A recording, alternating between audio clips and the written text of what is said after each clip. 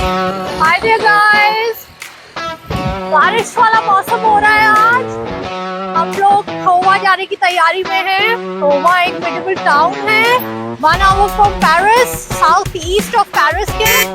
तो आपको मजा आएगा आज हमारी विजिट देख के प्रोवा की। तो चलिए फिर आपसे वहां पे मिलते हैं।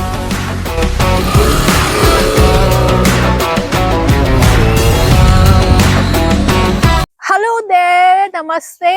आज हम लोग प्रोवा में हैं। प्रोवा आज आप मेरे पीछे देख सकते हो, एक मिडिवल टाउन था, एक मिडिवल शहर था यूरोप में, फ्रांस में, जो बहुत पॉपुलर हुआ था 11th, 12th और 13th सेंचुरी में उनके ट्रेड फेयर की वजह से। यहाँ पे मर्चेंट्स आते थे from all around Europe, middle east से अपने सामान बेचने के लिए। तो इसकी वजह से ये बहुत ही एक इम्पोर्टेंट स्पॉट था मिडिवल यूरोप का। आप जैसे देख सकते हो मेरे पीछे फोर्टिफाइड वॉल्स हैं, और फोर्टिफाइड वॉल्स के पीछे आपको पूरा का पूरा एक टाउन बसा हुआ है जो कि बहुत फेमस है। अगर आप पेरिस में हो, पेरिस से यहाँ आना चाहते हो तो काफी आसान है। आपको लाइन पी है, जो ट्रेन का नाम है लाइन पी, जो आप ले सकते हो गार्दलेस्ट स्टेशन से। गार्दलेस्ट एक बहुत बड़ा स्टेशन है जस्ट नेक्स्ट टू गार्द नॉर्थ। बहुत एक्सपेंसिव नहीं है, 5 यूरोस टिकट है प्रोवा आने के लिए। Once you are here Provins station पे, या तो आप चल सकते हो ऊपर जहाँ पे हम लोग अभी खड़े हैं, या बस ले सकते हो 50 या 47, जो 2 मिनट में आपको यहाँ पे पहुंचाती है। मैं टूरिज्म ऑफिस प्रोवा की बहुत ही थैंकफुल हूँ, उनको शुक्रिया कहना चाहती हूँ, क्योंकि उन लोगों ने मेरी बहुत हेल्प करी है ये वीडियो निकालने के लिए। प्रोवा एक यूनेस्को वर्ल्ड हेरिटेज साइट भी है। पूरे पेरिस रीजन में ओनली 6 वर्ल्ड हेरिटेज साइट्स है यूनेस्को की, और प्रोवा उनमें से एक है। और प्रोवा की ये खासियत है कि ये सिर्फ इंडिविजुअल्स के लिए एक अच्छा डेस्टिनेशन नहीं है, मगर अगर कोई ग्रुप और टूर ऑपरेटर कहीं से भी आना चाहता हो इंडिया में या फ्रांस में, तो प्रोवा could be a really good destination, क्योंकि यहाँ की जो स्पेशलिटी है वो हॉल्स हैं अंडरग्राउंड गैलरीज में जो बने हुए हैं। उसके बाद जो सर्विस है टूरिज्म और इंसेंटिव प्रोग्राम बनाने वाले, तो आपको हेल्प करते हैं पर्सनलाइज टूर बनाने के लिए, जो कि हो सकता है फॉर आप एंटीक कार्स रेंट कर सकते हो, या ग्लाइडर्स रेंट कर सकते हो, प्राइवेटाइज करवा सकते हो मॉन्यूमेंट्स और शोज भी। तो चलिए, बहुत बात कर ली, अब हम अंदर चलते हैं। Thank you guys. अब हम लोग प्रोवा सेंटर की तरफ जा रहे हैं। जैसे आप देख सकते हैं, बिल्डिंग्स देखिए, हम एक स्ट्रीट में है प्रोवा की, और आप बिल्डिंग देख सकते हैं। हाफ टिम्बर हाउसेस कहते हैं इनको, जिसमें हाफ टिम्बर यूज किया जाता है और हाफ ऑफ द मटेरियल आपका पूरा सीमेंट और लाइमस्टोन होता है। तो आप देख सकते हैं कितनी सुंदर तरीके से ये बिल्डिंग्स बनाई गई हैं मिडिवल टाइम में, 11th-12th सेंचुरी में, और आज भी ये कितने तरीके से प्रिजर्व्ड और मेंटेन्ड हैं। ये स्मॉल बुटीक्स भी हैं यहाँ पे, जहाँ पे आपको जो रोज की स्पेशलिटी वाले प्रोडक्ट्स होते हैं वो मिलते हैं। अंदर की तरफ जा रहे हैं अब हम, और बहुत ही कलरफुल बिल्डिंग्स हैं, दरवाजे, खिड़कियां बहुत कलरफुल तरीके से बनाया गया है, और बहुत ही अच्छा फील करते हो जब यहाँ पे आप घूम रहे होते हो। तो गाइज, अभी हम चल रहे हैं सीजर टावर की तरफ, जो एक बहुत अच्छा मॉन्यूमेंट है प्रोवा का। आप देख सकते हो यहाँ पे राइट पे मेरे बहुत ही सुंदर घर बनाए गए हैं, उनके जो विंडोज हैं, उनके जो डोर्स हैं। अच्छा, ये एक स्पेसिफिक चीज मैं आपको दिखाना चाहूंगी प्रोवा में। जब भी देखोगे लकड़ी के जो डोर है नीचे इधर, तो ये सारे लकड़ी के डोर्स अंडरग्राउंड गैलरीज के लिए एक्सेस है। तो यहाँ पे आप अपने वाइन्स और ये सब इन लोगों ने, आज के रेजिडेंट्स ने स्टोर किया हुआ है, मगर ये बेसमेंट्स हैं यहाँ पे। अच्छा, कई सपोर्ट्स में आपको दिखेगा लिखा हुआ है शैंपेन फेयर्स ऑफ प्रोवा।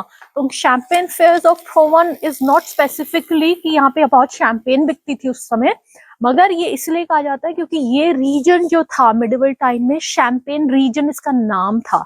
तो जो काउंट्स ऑफ शैंपेन थे, उन लोगों को कहा जाता है कि भाई वो शैंपेन रीजन के काउंट्स थे, ये नहीं है कि यहाँ पे शैंपेन बहुत बिकती थी उस समय ट्रेड फेयर्स में, राइट। और यहाँ पे आप जो भी आपके टिकट्स हैं एक्सपेंसिव नहीं है, 4 to 6 यूरोज मॉन्यूमेंट सेंटर करने के लिए एडल्ट्स के लिए, और 2 to 3 यूरोज बच्चों के लिए है। तो वो भी काफी आपका अफोर्डेबल है। हेनरी द लिबरल एक काउंट होता था, not the king, the count, Henry the liberal, जिन्होंने ये बनाया था। आप देख सकते हो जो इसका स्ट्रक्चर है, कहा जाता है बहुत यूनिक है, यूरोप में बहुत जगह नहीं होता है ऐसा स्ट्रक्चर। इसका बेस स्क्वायर है, इस वॉल के पीछे हम जब बाद में जाएंगे आपको दिखेगा, इसका जो बेस है वो स्क्वायर है और इसका ऊपरी जो ढांचा है वो ऑक्टागोनल है, दैट मींस 8 साइड्स है इसके। तो इस स्ट्रक्चर को बहुत यूनिक पाया जाता है। जो राउंड वॉल है सीजर टावर के अराउंड जो बनी हुई है, इसको इंग्लिश पैटी कहा जाता है, क्योंकि ये इंग्लिश ने बाद में बनवाया था जब वो लोग 14th सेंचुरी में यहाँ पे डोमिनेट करते थे रीजन को। तो हम लोग ज्यादा यहाँ पे अब बात नहीं करेंगे, अंदर चलेंगे और आपको अंदर से दिखाएंगे कि नजारा क्या है। तो हम लोग फ्रेंड्स अभी सीजर टावर के अंदर हैं, 2nd फ्लोर पे, और जहां मैं खड़ी हूँ इसको कहा जाता था गार्ड रूम। गार्ड रूम आप जैसे देख सकते हो, आई एम श्योर कि यहाँ पे बहुत ज्यादा गार्ड्स रहते थे। और जो बहुत इंटरेस्टिंग चीज है इस जगह की, वो ये होल है जो आपको ऊपर छत की तरफ दिखेगा। इस होल से जो भी सोल्जर्स सीजर टावर के टॉप पे होते थे, जो देखते थे एनिमी आ रहा है कि नहीं प्रोवा की तरफ, जो प्रोटेक्ट करते थे द होल प्रोवा को, तो यहाँ से उन लोगों को खाना पहुंचाया जाता था। इंस्टेड कि वो लोग नीचे आए, कुछ मांगे और लेके जाए, तो इस होल के थ्रू उन लोगों को खाना और सारी जो उन लोगों की जरूरतों की चीजें होती थी वो पहुंचाई जाती थी। अब मैं आपको आगे लेके चलती हूँ। यहाँ से आप देखोगे एक स्मॉल पैसेज है। ये स्मॉल पैसेज सब डायरेक्शन में है, पीछे भी है आगे भी है, जहां से अपेरेंटली जो भी सोल्जर्स होते थे वो देखते थे बाहर का नजारा और उसके हिसाब से अपने आप को प्रिपेयर करते थे। बहुत ही ओल्ड मेडिवल टाइप की बिल्डिंग दिख रही है, टच करने में बहुत अच्छा फील हो रहा है। जब आप सोचते हो कि यहाँ पे वो लोग अब होते थे जहां पे आज हम खड़े हैं, कैसा लगता है। तो यहाँ से आप बाहर देख सकते हो एक बार बाहर का नजारा, यहाँ से आपको प्रोवा ऊपर से दिख रहा है, राइट। सो गाइस, अब हम सीजर टावर के टॉप मोस्ट फ्लोर पे हैं। आपको ये देख सकते हो लकड़ी की रूफ, लकड़ी की छत इन लोगों ने यहाँ पे कैसे बनाई हुई है। और ये बेल है जो 3000 kgs है इसका वेट, और मेरे ख्याल से बिकॉज ये बेल टावर की तरह एक टाइम पे यूज होता था, तो बेल अभी भी है। देख सकते हैं कि वुडन फ्रेमवर्क यहाँ पे कैसे किया गया है। और जो बहुत इंटरेस्टिंग चीज है कि यहाँ इस टॉप तक आने के लिए हमने एक बहुत नैरो, बहुत ही पतली सी एक सीढ़ी ली है जो काफी डिफिकल्ट है चढ़ने के लिए। तो जो लोग बहुत कंफर्टेबल नहीं है पतली इम्बैलेंस सीढ़ियां चढ़ने के लिए, वो बहुत केयरफुल होके आए यहाँ पे ऊपर तक। मीडियम हाइट तक ठीक है, मगर जो टॉप मोस्ट फ्लोर है काफी नैरो स्टेयरकेस है, उसकी सीढ़ियां जो है काफी नैरो है। सो फ्रेंड्स, हम लोग अब सबसे नीचे हिस्से में हैं सीजर टावर के। ये एक प्रिजन हुआ करता था, एक जेल हुआ करता था, कैदियां रहते थे यहाँ पे उस जमाने में। और आप जैसे देख सकते हो कि इसकी जो खिड़कियां हैं बहुत ज्यादा नैरो है, ताकि कैदियों को बिल्कुल सनलाइट ना मिले। मतलब किसी को अगर जेल दी गई है तो पूरी तरीके से उसको हवा, सनलाइट कुछ भी ना मिले। आज मैं अभी टिथ बान के सामने खड़ी हुई हूँ। टिथ बान मतलब बान होता है जो एक जगह होती है, इंडोर प्लेस को बान कहा जाता है। और टिथ मतलब जो 1/10 ऑफ किसान देता था राजा को अपनी फसल पे, अपने जो भी वो लोग उगाते थे उसका 1/10 हिस्सा, तो उसको टिथ कहा जाता था। तो इसका नाम है टिथ बान। ये 12th सेंचुरी की वो बिल्डिंग है स्टोन में, जहाँ पे फेयर्स के लिए, जो इंटरनेशनल ट्रेड फेयर्स जैसे मैंने आपको बताया था, मर्चेंट्स आते थे ऑल ओवर यूरोप से। वो ऐसी जगहों पे, ऐसी बहुत बिल्डिंग्स हैं प्रोवा में जहाँ पे, जिसको कवर्ड एरिया, कवर्ड मार्केट भी कहा जाता है। इन कवर्ड मार्केट्स में वो लोग अपना सामान लगाते थे फॉर द पिलग्रिमेज, जो भी पिलग्रिमेज के लोग होते थे उन लोगों को बेचने के लिए। सो अंडरग्राउंड में पूरा स्टॉकिंग मटेरियल की जगह होती है इन बिल्डिंग्स में, जहाँ पे वो लोग अपना सामान स्टॉक करते हैं। कपड़ा है या जो भी लेदर है वो सब स्टॉक किया जाता था। On the middle floor here you had all the marketplace जहाँ पे वो लोग बेचते थे, और जो upper floor है वो dwelling area था जहाँ पे चीज़ें डेवलप करी जाती थी। तो चलिए हम लोग अंदर चलते हैं और देखते हैं एग्जैक्टली कैसा लगता है अंदर से। ओके गाइस, अब हम 5th बान के अंदर हैं। जैसे आप देख सकते हो बहुत ही सुंदर बिल्डिंग है अंदर से, 11th 12th सेंचुरी की। ये जो आप देख रहे हो रिब्स शेप में जो रूफ बनी हुई है, इसको कहते हैं रिब शेप्ड वॉल्स। तो वॉल्स इन रिब शेप, तो एक स्पेसिफिसिटी थी ये उस टाइम के गोथिक आर्किटेक्चर की। तो अगर मैं आपको दिखाना शुरू करूँ, ये ऐसी बहुत ज़्यादा बिल्डिंग्स है जैसे मैंने आपको बताया था प्रोवा में, जिसको कवर्ड मार्केट कहा जाता था, जहाँ पे हर जगह के मर्चेंट्स यूरोप के हर किनारे से आते थे अपनी चीज़ें बेचने।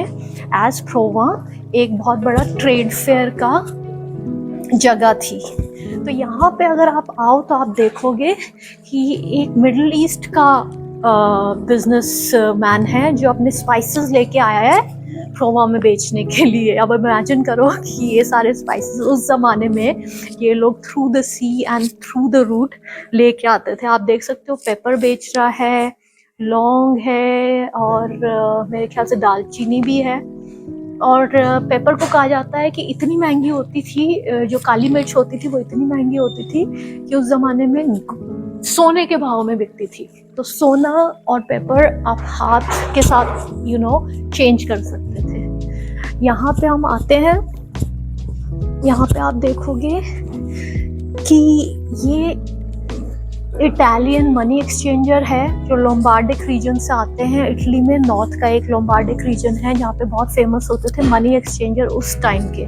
तो क्योंकि मर्चेंट्स जो है हर जगह यूरोप से आते थे, तो उन लोगों के पास अलग अलग पैसे होते थे, तो उन लोगों को अगर पैसे एक्सचेंज करने होते थे तो इटालियन मनी एक्सचेंजर्स के पास आते थे। इसका जो आप डेस्क देख रहे हो ना, इसकी जो टेबल है लकड़ी की, इसको कहा जाता था बैंको, और उसी बैंको से आज का बैंक ओरिजिनेट हुआ है। इटालियन टर्म थी पहले। यहाँ पे आप देखोगे प्रोवा के जो वूल इंडस्ट्री था, जो ऊन का इंडस्ट्री था, वो बहुत फेमस था, स्पेशली द ब्लू कलर। तो वो यहाँ पे ये लोग बेच रहे हैं। इधर आओगे तो आप देखोगे कि बेल्जियम के पार्ट से, जो बेल्जियम का फ्लेमिश पार्ट है, वहाँ से ये लोग ये फर का मटेरियल लेके आए हैं, क्लोथिंग, वो बेचने के लिए। बहुत ही इंटरेस्टिंग लगता है जैसे यहाँ के टूरिज्म ऑफिस ने पूरा का पूरा सीनोग्राफी किया है। रियलिटी में आपको लेके जाता है कि मिडिवल एरा में कैसे लोग आके यहाँ पे अपनी चीज़ें बेचते थे। ये एक मेरे ख्याल से वो वन ऑफ दोज पीपल है जो यहाँ पे कॉन्ट्रैक्ट लिखते थे। एक बिजनेसमैन, एक बायर, एक सेलर के बीच में जो भी कॉन्ट्रैक्ट्स होते थे वो ऐसे एक इंसान से लिखवाए जाते थे यहाँ। गाइस, अब हम लोग नीचे जा रहे हैं। 5th बान के नीचे जो अंडरग्राउंड मैं बता रही थी जगह जो यूज़ होती थी उस ज़माने में उन लोगों का मटेरियल स्टॉक करने के लिए, वो ये नीचे का पार्ट है 5th बान का। चलिए देखते हैं यहाँ पे स्टैच्यूज आपको हिस्ट्री के बारे में क्या बताते हैं। तो यहाँ पे हम देख सकते हैं कि एक पॉटरी मैन है। पॉटरी मतलब कि मेरे ख्याल से पूरा का पूरा जो मिट्टी के बर्तन बनते थे उस ज़माने में वो बना रहा है और मिट्टी के बर्तन बेच रहा है। आगे चलते हैं। यहाँ पे ये पूरा आपका जो भी अंदर से अर्थ निकालता है, मिट्टी निकालता है, जो केव्स बनाता है मिट्टी निकाल के, वो है। ये जो मिट्टी है ये बहुत ज़्यादा यूज़ होती थी प्रोवा में, क्योंकि प्रोवा बहुत फेमस था उसके वुलन गारमेंट्स के लिए। और वुलन गारमेंट का एक प्रोसेस होता है, जब उसको बनाया जाता है तो मिट्टी से उसको साफ़ किया जाता है ताकि पूरी जो स्मेल है और उसका ग्रीस है वो साफ़ हो जाए। तो ये मिट्टी इन लोगों को बहुत ज़रूरत पड़ती थी वुलन गारमेंट बनाने के लिए, इसीलिए बहुत ज़्यादा अंडरग्राउंड गैलरीज बनाई गई क्योंकि मिट्टी निकालते थे। और फिर वो गैलरीज यूज़ की गई मर्चेंट्स को देने के लिए, सो दैट वो लोग अपना जो भी मटेरियल है वो उसमें स्टॉक कर सकें। यहाँ पे आपको एक स्टोन कार्विंग का इंसान दिख रहा है जो पत्थर से स्कल्पचर्स बनाएगा डिफरेंट शेप एंड साइजेस के। आगे चलते हैं। आगे आपको दिखेगा जो प्रोवा के वुलन जो कपड़े बनाते थे वो कैसे मैन्युफैक्चर होते थे यहाँ पे। और जैसे बताया गया है कि ब्लू कलर बहुत ज़्यादा इन डिमांड होता था उस टाइम पे, तो यहाँ पे भी आप देखोगे कि पूरी की पूरी जो चादरें बिछी हुई हैं, कपड़े बनाए हैं, ज़्यादातर ब्लू कलर की। और यहाँ पे आप देखोगे इसको इंग्लिश में पार्चमेंट कहा जाता है, हिंदी में एग्जैक्टली मुझको इसका टर्म नहीं पता, मगर ये एक लेदर के पीस को जो होता है उसका ऊपर का फर निकाल के जो नीचे का उसका बेस बचता है उसको सुखाया जाता था और उसके ऊपर लिखा जाता था, उसको पेपर की तरह यूज़ किया जाता था। तो ये जो यहाँ पे इंसान है वो ये दिखा रहा है।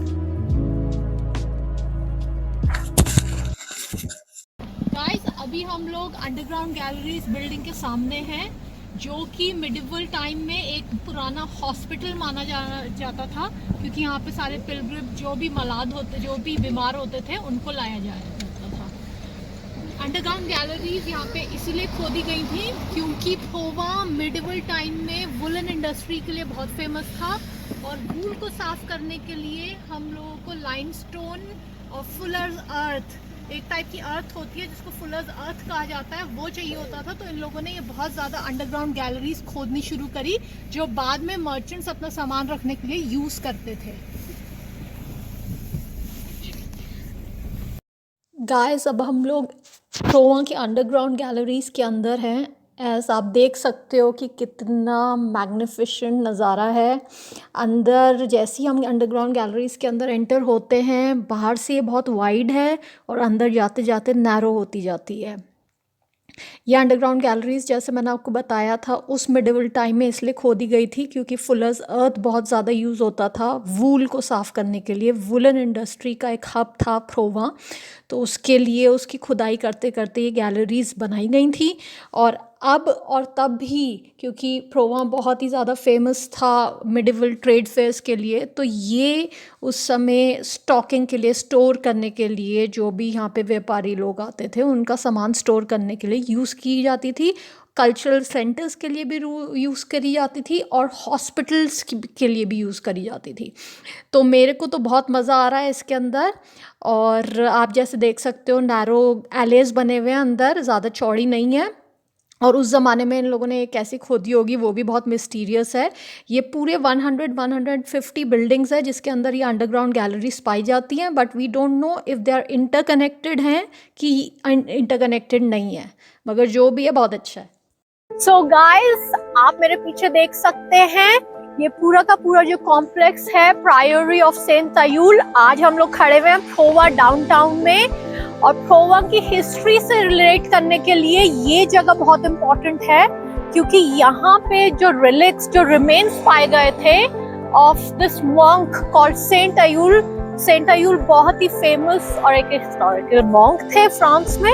उनके रिमेन्स यहाँ पाए गए थे और उनके रिमेन्स की पूजा करने के लिए, उनको वर्शिप करने के लिए जो भी श्रद्धालु थे ऑल ओवर फ्रांस, यूरोप से, उन लोगों ने यहाँ पे आना शुरू किया।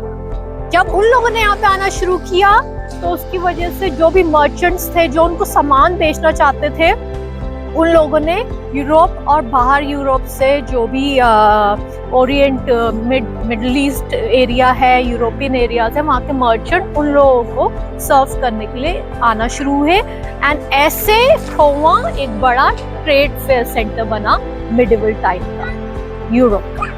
सो हम लोग अंदर चलेंगे और अंदर चल के देखेंगे कि एग्जैक्टली कहाँ पे रिमेन्स पाए गए थे और उसको बाद में कॉम्प्लेक्स को एनलार्ज करने के लिए क्या क्या काम किए गए थे। Thank you. तो गाइस, अभी आप जैसे देख सकते हो कि हम लोग सेंट अयूल मॉनेस्ट्री के अंदर है प्रोवा में। बहुत ही मैग्निफिसेंट बिल्डिंग है अगर मैं कहूँ तो। यहाँ पे अगर आप देखो तो मॉन्क्स, जैसे मैंने आपको बताया मॉनेस्ट्री थी तो ऑफकोर्स यहाँ पे मॉन्क्स थे। 996 में सेंट अयूल जो मॉन्क था उनके रिमेन्स यहाँ पे पाए गए थे। इधर जो दिखाया गया है ये मॉन्क्स रूम थे, ये सारे के सारे वो कमरे थे जहाँ पे मॉन्क्स उस जमाने में रहा करते थे। हम लोग उस एरिया के अंदर घूम रहे हैं जहाँ पे 10th 11th सेंचुरी पे मॉन्क्स थे। बहुत ज़्यादा श्रद्धालु आते थे, फॉलोअर्स आते थे उनके ऑल ओवर यूरोप से। एक बहुत ही बड़ा रिलीजियस सेंटर हुआ करता था ये फेयर्स के साथ। यहाँ पे वो कमरा है जहाँ पे मॉन्क्स अपने मीटिंग्स किया करते थे, जो भी उनको डिस्कस करना होता था डोनेशंस के बारे में, कौन सी जगहें ज़्यादा खरीदनी है, कैसे जो भी डोनेशंस आई हैं उनको कैसे डिवाइड करना। तो ये वो जगह थी जहाँ पे वो लोग अपनी डिस्कशंस, अपनी मीटिंग्स किया करते थे। ये सिक्स स्ट्रिप्ड वॉल्टिंग है, जो इसकी आपकी छत देख रहे हो आप, एक स्पेशल टाइप की 6 स्ट्रिप्ड वॉल्टिंग है। अब हम आगे जा रहे हैं कॉरिडोर से होते हुए, जहाँ पे उस जमाने में मॉन्क्स घूमते थे अपनी ड्रेसेस पहन के।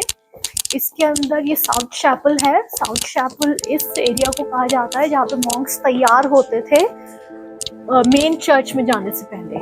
तो ये हम साउथ चैपल के अंदर आ रहे हैं, सेंट अयूल मोनेस्ट्री के। और साउथ चैपल में अगर आप देखोगे तो ये पिलर्स थे जो यूज किए गए थे। ये बेसिक इनके पिलर्स थे जो पूरे ढांचे को सपोर्ट करते हैं, और ये पिलर्स 11th सेंचुरी के हैं। अब यहाँ पे देखोगे आप, बहुत के आपको ना मॉइस्चर वाला, बहुत ही ह्यूमिड वाला आपको ग्राउंड दिखेगा। ये इसलिए है क्योंकि यहाँ पे बहुत ज्यादा पहले पानी हुआ करता था। मार्शी लैंड जिसको कहा जाता है, मार्शी लैंड हुआ करती थी। वो मार्शी लैंड के ऊपर पूरा का पूरा कॉम्प्लेक्स बनाया गया है। तो कभी कभी पानी आज भी ऊपर आता है, क्योंकि उस समय मिडिवल टाइम्स में नीचे था, मगर आज ऊपर आता है, तो उसकी वजह से ये डैम्प है पूरा का पूरा नीचे जो इनका फाउंडेशन है। अब इधर आते हैं, ये बेनेडिक्टिन्स शैपेल है, एक तरीके का रिलीजियस ग्रुप है बेनेडिक्टिन्स, जिनके सेंट अयूल लीडर थे। तो वो इसलिए इसका नाम कहा गया सेंट बेनेडिक्टिन्स शैपेल। तो पूरा का पूरा कॉम्प्लेक्स जो है, एक सेंट मिडार्ड शैपेल है, फिर बेनेडिक्टिन्स शैपेल है, और एक पैरिश चर्च है। तो पूरा कॉम्प्लेक्स वही है। आप देखोगे ऊपर वुडन रूफ इनकी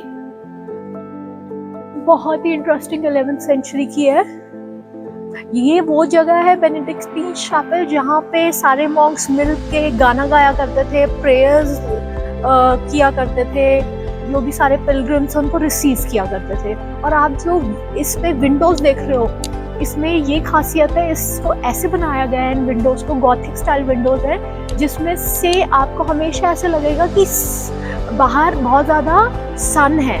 इवन इफ इट्स पेंटेड, आपको बहुत ज्यादा यहाँ पे लाइट आती है बाहर से, क्योंकि इसका पेंट इस हिसाब से किया गया कि अंदर सनी दिखे हमेशा, चाहे बाहर बारिश भी होती है। ये है सेंट मिडार्ड शैपेल। ये एग्जैक्टली ये वो जगह है जहाँ पे सेंट अयूल के रिमेन्स पाए गए थे, इस जगह पे। तो सबसे पहले ये जगह इन लोगों ने पाई थी, और उसके बाद पूरा कॉम्प्लेक्स इस जगह के अराउंड बनाया गया है। तो आप देखोगे जैसे ये आर्टिफिशियल पूरा का पूरा एले बनाया गया है, क्योंकि हम नीचे जो ग्राउंड है उस पर आप चल नहीं सकते हैं, यहाँ पे पहले वो लोग चलते होंगे। अब हम लोग मेन जो एले है उसमें जा रहे हैं, जो चर्च की तरफ हमें ले जाता है। पैरिश चर्च उस तरफ है। 1527 में यहाँ पे एक रिलीजियस प्रॉब्लम हुई थी, जिसकी वजह से पूरा का पूरा जो कॉम्प्लेक्स है चर्च और मॉनेस्ट्री के बीच में डिवाइड कर दिया गया था। ये दो रिलीजियस जो ग्रुप्स थे, पैरिश एंड प्रायोरी इनका नाम था, इन दोनों के बीच में चर्च और प्रायोरी डिवाइड कर दिया गया था 1527 में। आप देख सकते हो वॉल्स कैसी हैं, कॉलम्स, उसके पिलर्स, विंडोज कैसी है, इसके ऊपर पेंटिंग करी गई है, रेड कलर ब्लू कलर से पेंटिंग करी गई है। ये पूरा का पूरा स्ट्रक्चर 11th सेंचुरी का है प्रोवा में।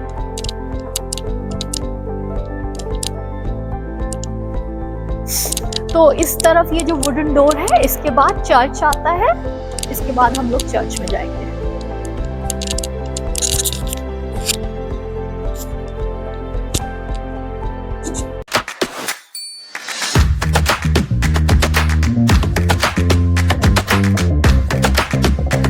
Right guys, We are going to the shop La Ronde des Abeilles. We are at Rue des Beaux-Arts in Provence. This is one of the small streets, you know, which takes us to this lovely, beautiful boutique, Ronde des Abeilles. They sell honey, they sell jams, they sell soaps, they sell all variety of things which are made of rose petals. So you're gonna love this. I am excited to get in there. Let's get in there. Guys, let's go. Let's meet our lovely friend Carla in Ronde des Abeilles. This way, please. Okay, so hello Carla, how are you today? We are so happy to be here with Carla, who's gonna explain us how everything, all the products, you know, the honey, all the cosmetics, the soaps, the jams, and the honey, how all is this made with the petal of roses. Donc, comment expliquez-nous la boutique, un petit peu les produits que vous avez, s'il vous plaît, et comment ils sont fabriqués. Ça peut être très intéressant pour nos spectateurs. Oui, vous voulez que je commence par là? Oui, s'il vous plaît, Carla. Voilà. Alors, là, c'est tous les produits de beauté. Hein, These are all beauty des products. bougies, des savons. This is the candle, this is the soap. Voilà, This des has a soaps. lovely packing, guys. Ouais. Have a look. Là, savon, des brumes d'oreiller pour les filles. Alors, How many things are there? These are like lots of variety of things you can find based on rose only. après, Alright? vous avez donc le vin du Moyen-Âge, c'est-à-dire les cocrasses. Alright, you guys have wine as well, which is made out of rose petals. So La this is liqueur à la rose de Provins. liquor as well. Voilà. Drink. Vous avez de la bière à la rose. You have the beer, the petal-based beer as well. Guys, this part is really interesting of the visit. Voilà. La crème de liqueur. Alright, this is the cream. You can use it with some of your cocktails if you want to. Et là, vous avez donc de la bulle de rose comme du champagne. Hein. Alright. Là, du sirop. Voilà.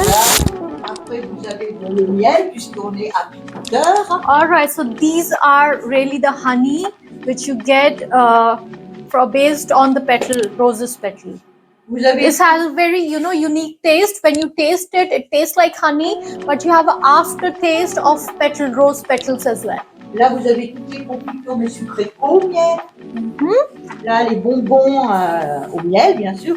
Alors, nous avons du thé avec des pétales de rose dedans à nous, de So Provins. these are specific tea you have which have rose petals, and especially the Damascus rose petals, which are very popular, which Thibault La Chansonnière, one of the earls, one of the very powerful earls, has got till Provins.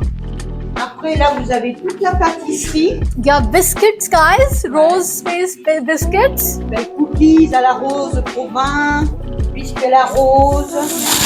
Là, le vinaigre, You have vinegar as well, Moutarde. mustard, confiture avec des pétales de rose de Provins. right? Jam as well with the rose taste. Oh, vous avez les bonbons, les nougats à la rose Right, de Provins. for the children, you guys have some confectionery, the sweet and the nougat.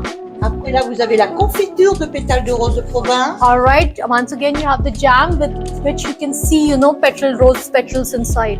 So it could be really interesting, you know, if you take one of these and tell your friends, oh, we went to Provins and we have this unique tasting jams and honeys, you know, Là, vous with avez rose les petals. pains d'épices. Donc, le pain d'épices à la rose de Provins. All right, I've got the pain d'épices. These are like special breads which you can have. Et là, vous avez le miel à la rose de Provins. And once again, the miel.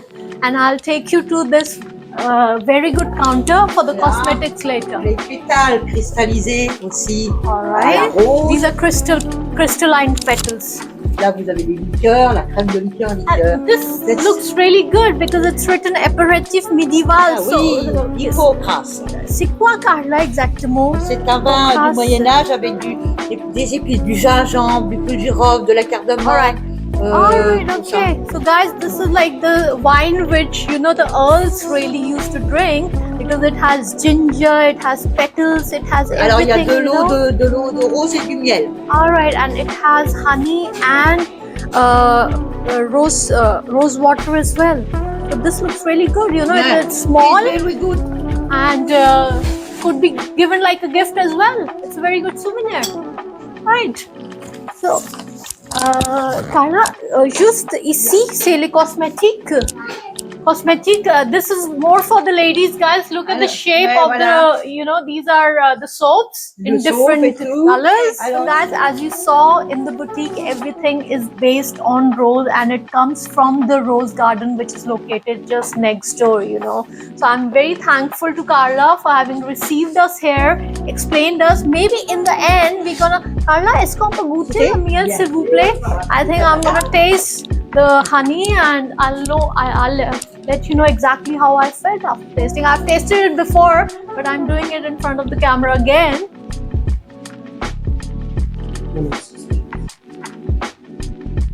It tastes awesome.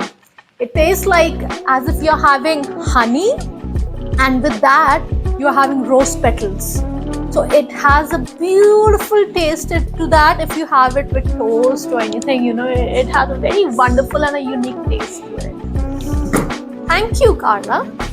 Thank you. Right. So I think, guys, we have done a tour. We'll be leaving Carla here. And if you guys want to come, you have seen her, you can tell her that you know the boutique through us as well. And it would be great to have you guys here. Thank you.